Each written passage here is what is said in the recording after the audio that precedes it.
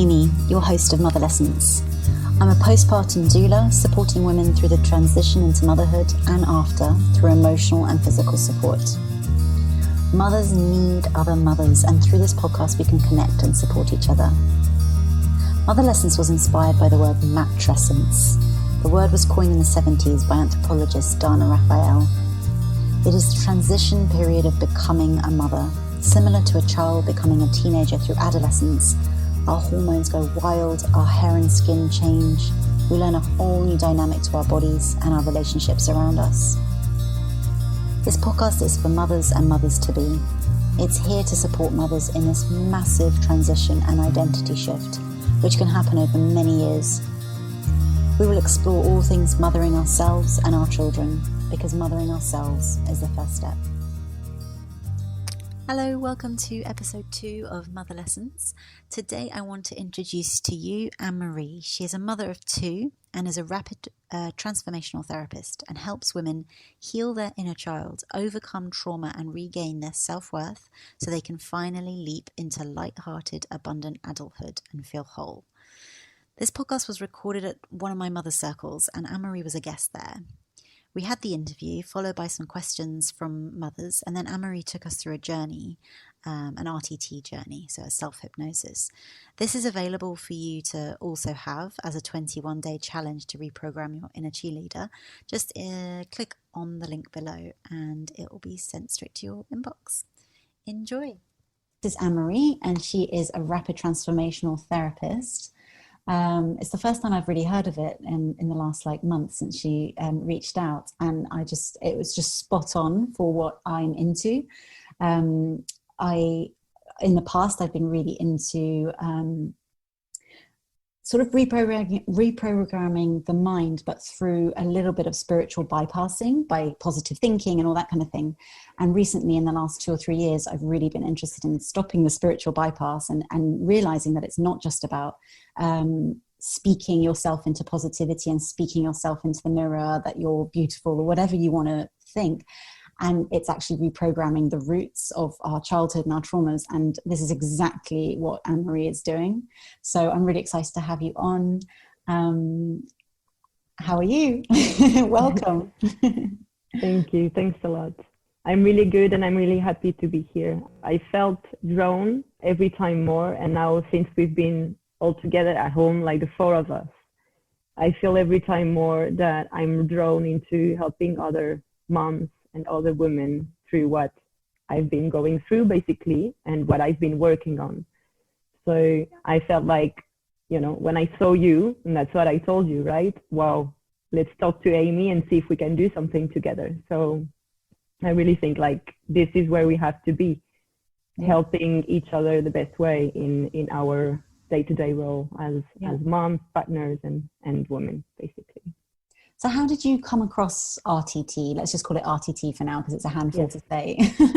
How did you come across it and what sort of drew you into it? Yeah, well, basically the story, I feel like for myself, RTT called me. And sometimes we feel like we don't understand why we went through one path. It's just because it called us somehow. So basically in 2017, I went through a very difficult emotional time. And I started, stop watching TV. I started to change completely the books that I was reading, changed the information that I wanted to look at, to read, whatever. And I came across a book, which is called The Code of the Extraordinary Mind by Vishen Lakhiani. And Marissa Peer is one of the person that is interviewed as part of the book. And everything that she was saying was resonating somehow with me. So since this time, I started to look into what she was doing, etc. Starting to do an online course with her. And I finally find out that she was training therapists. So I thought, okay, this has helped me so much, change myself, and it still is, because we are all work in progress, right? And I felt, okay, I want to become a therapist to help myself first, and then help other people around me. So this is really the path that I've been on since then. Nice. And how do you feel like RTT is different to other things that are really similar, like EMDR and other hypnosis and NLP and all that kind of thing? Like, how did that sort of stand out for you? Basically, like most of the therapies, I think all therapies, the objective is always the same, is to transform ourselves. And now the path that you go through is completely different. Some are longer, some are quicker. The difference with the RTT is that the objective is really to go deep and quick. So the objective is to go to the root cause directly, to understand the emotion, the belief, the thought that has been created around something that happened usually in our childhood.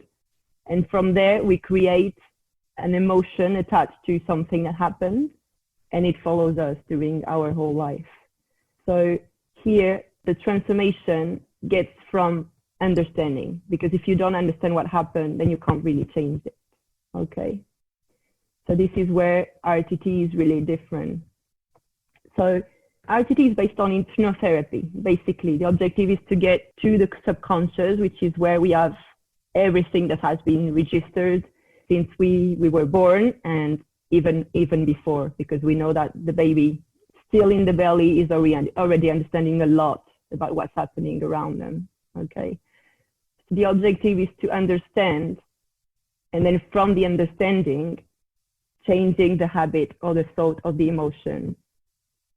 Because when we are a child, if something happens, we have to make an understanding of it. Okay, my parents don't play with me, they're not with me, so I'm not lovable. You're a baby, you're a child, you have to create this equals this. Okay, because you have to make an understanding of what's happening in your life at that time. Then you grow up, and even if you don't need that anymore, it's still there. Because you've said that to yourself so many times as a child, that then you grow up, you're a beautiful woman, but somehow you can't find love. And you don't understand why. You don't understand why. You can't even remember what happened when you were a child. Maybe you think that you have an understanding, or maybe it's because of this or that. Things keep happening the same way, always the same guy, always the same relationship. And basically, this is it. Even if you don't need this as a grown-up, as an adult, this is still in your subconscious. The recording is always there. So we get to the understanding, and then we change the understanding. Okay, now you're a grown-up. You don't need that anymore. You used to need the love of your parents, but now you can give yourself the love you need. You don't need anybody else. Either your mom, dad, partner, whatever. I love that. It's all about understanding and self-reflection and getting to know yourself deeper and deeper. And like, what better work to be doing that when we're mothers and mothers-to-be as well, especially mothers-to-be. I had a lot of questions on Instagram yesterday when I just put out some questions of mothers preparing for motherhood, not even being pregnant. They haven't even started, trying. But I love the fact that people are now preparing their minds to be a mother, because to be a mother is such a big thing. And all our childhood programming is going to affect how we mother and how we show up to our kids and how we cope and all that kind of thing. So this kind of work is just so powerful. I'm getting tingles because I feel like we need to be doing the work daily to be showing up for our kids, and we need to show up for ourselves first, right? And you mentioned that even when the kid is in the belly growing in the womb, it's already affected. Like, how do you think mothers that are pregnant can sort of use RTT effectively for like a calm birth, or can you use it for a calm birth, for birthing? Yes.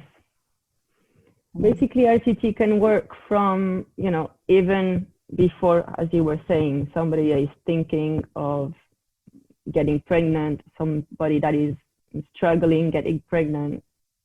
Sometimes there's what we call unexplained infertility.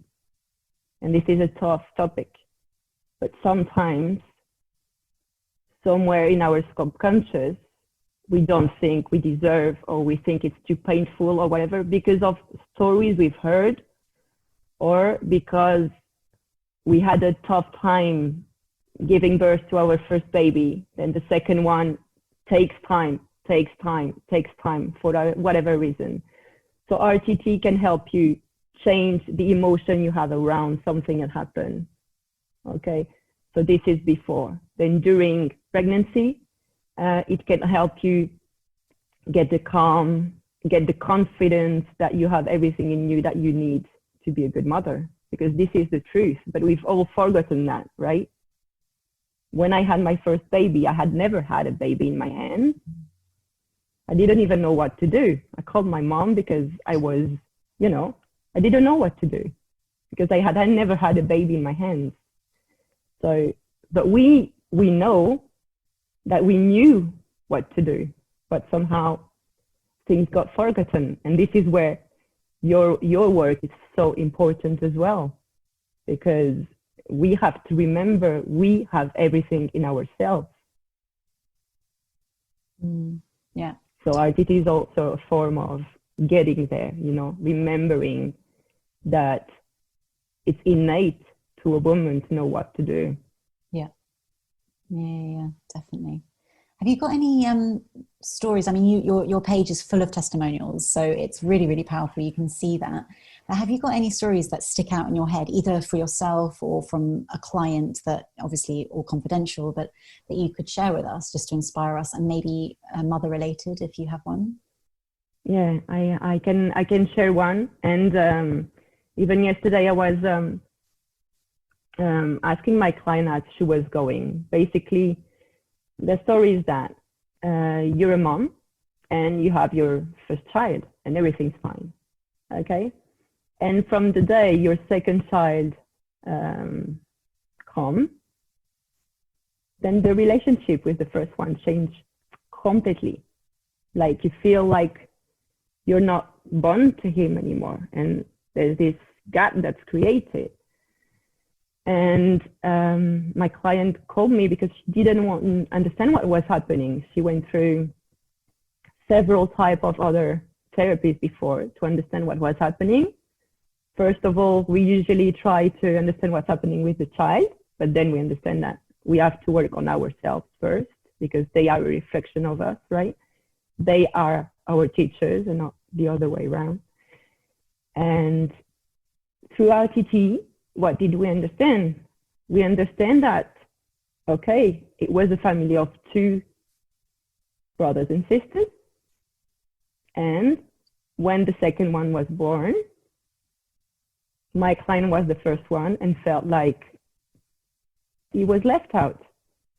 So basically, in his own family, then that got created again when the second one was born. Somehow, without understanding, you're recreating what you've seen. Because the understanding is, okay, when the second one comes, the first one loses the love of the parents. You're almost validating your own story through recreating it. Yeah. Exactly. And through RTT and understanding that, they're recreating a completely different relationship within the family. And thanks to the therapy that they went through just before what we are going through right now, it was really good, because as now they are all in family, closed in the house, that came just at the right time. So this is one of the stories. But basically it's really getting to the understanding of, okay, what emotion have I attached to that? And I'm keeping validating, as you were saying, in my everyday life.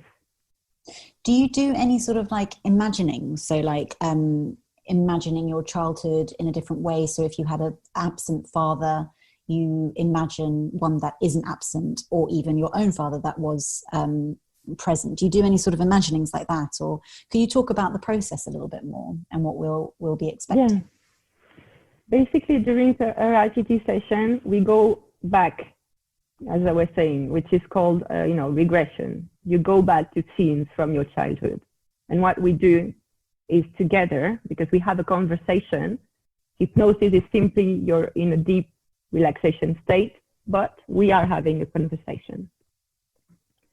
And basically, I ask questions, and we both do the detectives to understand, okay, this happened, which emotion is attached to that, which is the belief. And to understand that, okay, but now you don't need that anymore. Okay, we don't recreate the past.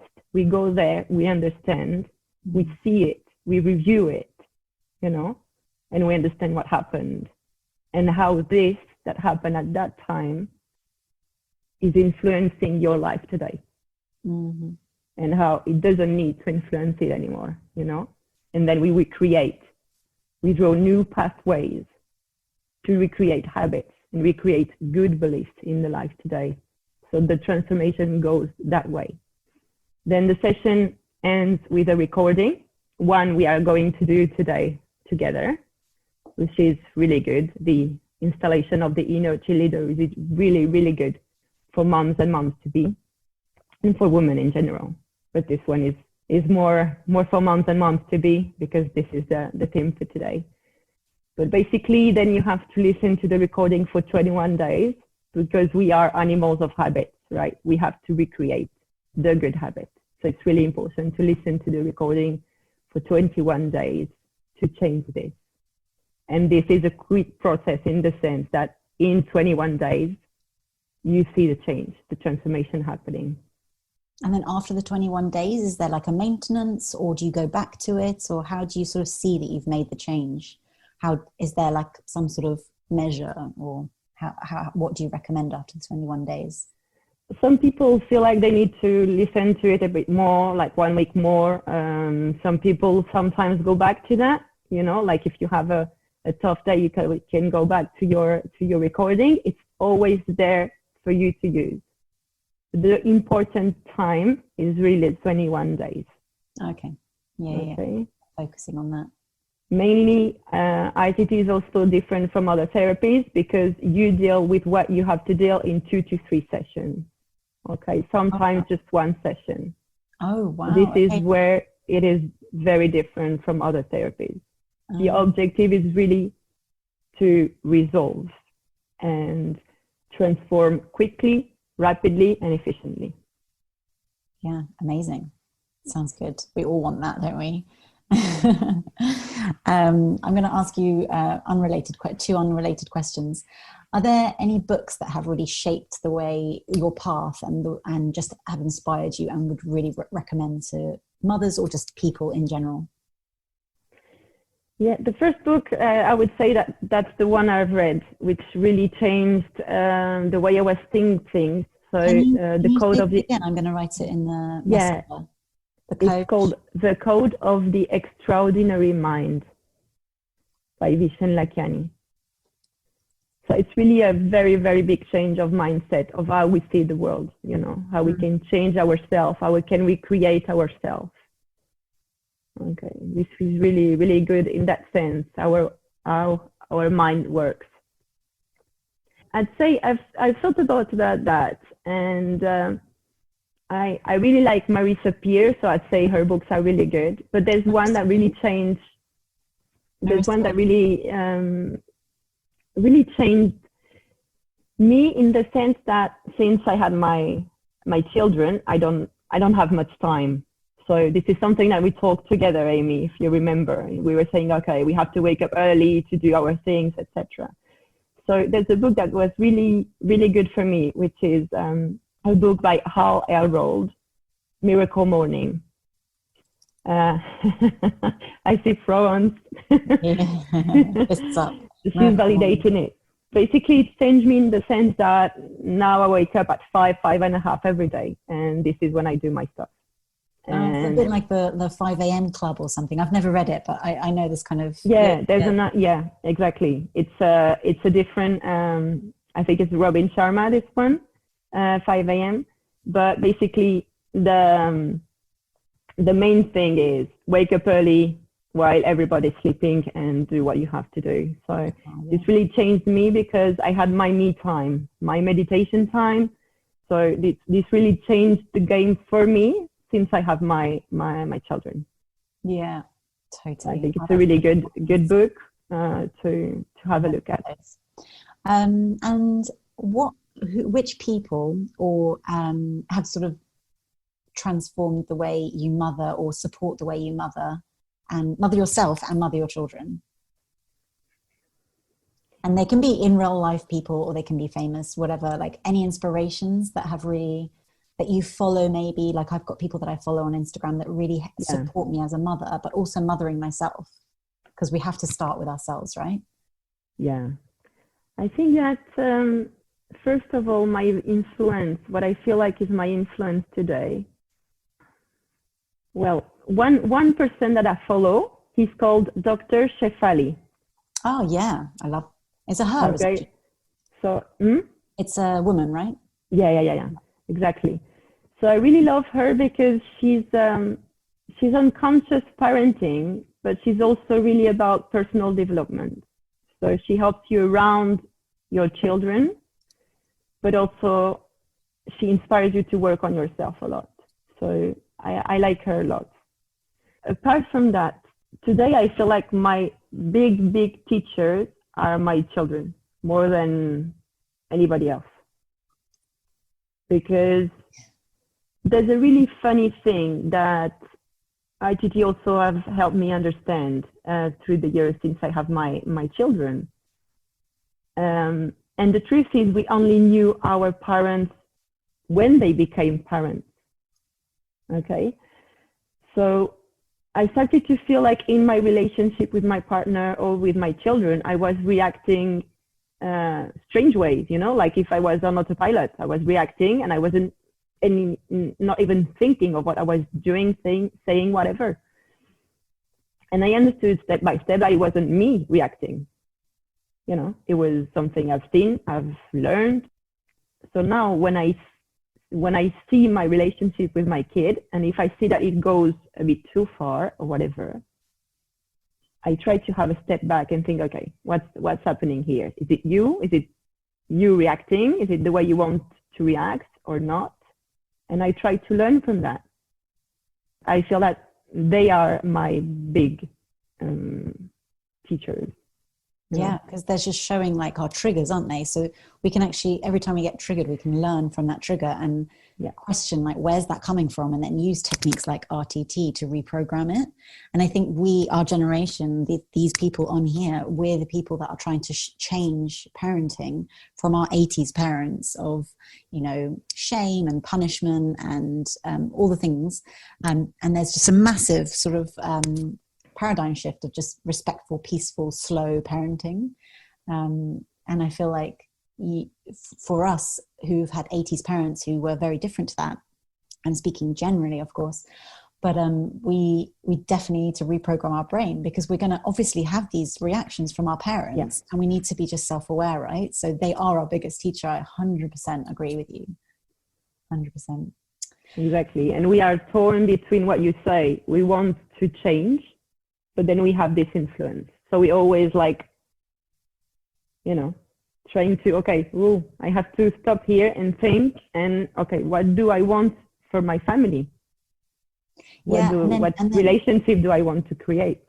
Totally. And then also just the guilt that comes in, the mother guilt, that women feel so much of when you do, fail, which we never fail, but that's how we feel when we go into those old patterns. How do we then bring ourselves back with kindness and love and, all that kind of thing. So, I would like to open up the floor if anyone else has got any questions before we go into the journey. Does anyone have any questions for Anne-Marie? And if you do, just unmute yourself. Oh, yeah. Kathy, and then I'll unmute you. Yeah. Yeah, I was wondering, is there like a way to repair something when the damage is done? Like because most of the time I feel I'm conscious, but most of the time when I'm reactive, I'm not conscious.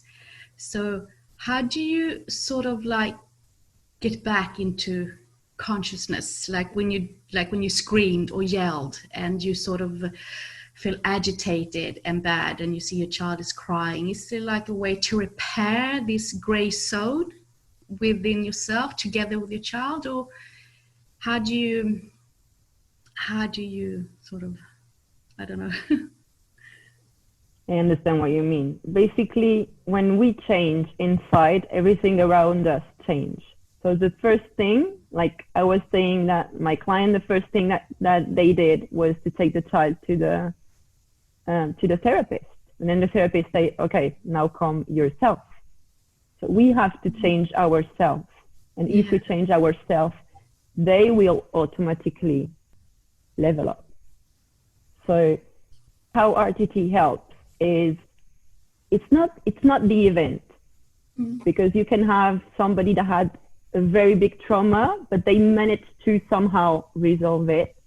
Or you can have just somebody that went through, like, felt really ashamed of the situation, you know, within the family, and the parents said something and they felt so ashamed that it got embedded in the subconscious. And the situation might look like, you know, like nothing could come out of this small situation, but the person got so ashamed somehow that the child created a definition, you know. Yeah. And this is where we go. We go back to understand, okay, this happened and I linked this emotion or this definition to it. Like ourselves, like I come from a family where my parents were fighting all the time. Yeah. So this is what I've seen since I was born until today. So this is tricky because this is the image I got of what's a couple. Okay, so this is what I have to work on myself. So when this is what happens, it's normal that your first reaction is what you've learned so many years. So we go back and we understand this is not you. This is the way your parents created their life, but this is not you and this is not what you want. And then what we do after this understanding, we create new habits, which is, okay, you, Kasia, tell me what you want. And this is what we are going to make true for you, you know, through the whole transformation and the recording. Basically, this is how it works. Okay? But it's not the event. It's really the emotion that we attach. Because we can go back and see that the event looked like it's nothing. Like one of my clients went back to a situation where they wanted a toy and the parents didn't want the toy.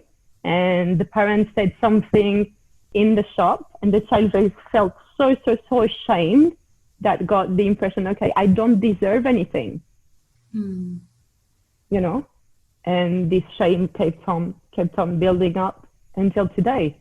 And now the person is 40 years old and they don't manage to make things come true in their life because they feel that they don't deserve the beautiful toy, the beautiful job, the beautiful whatever come up, you know? I understand.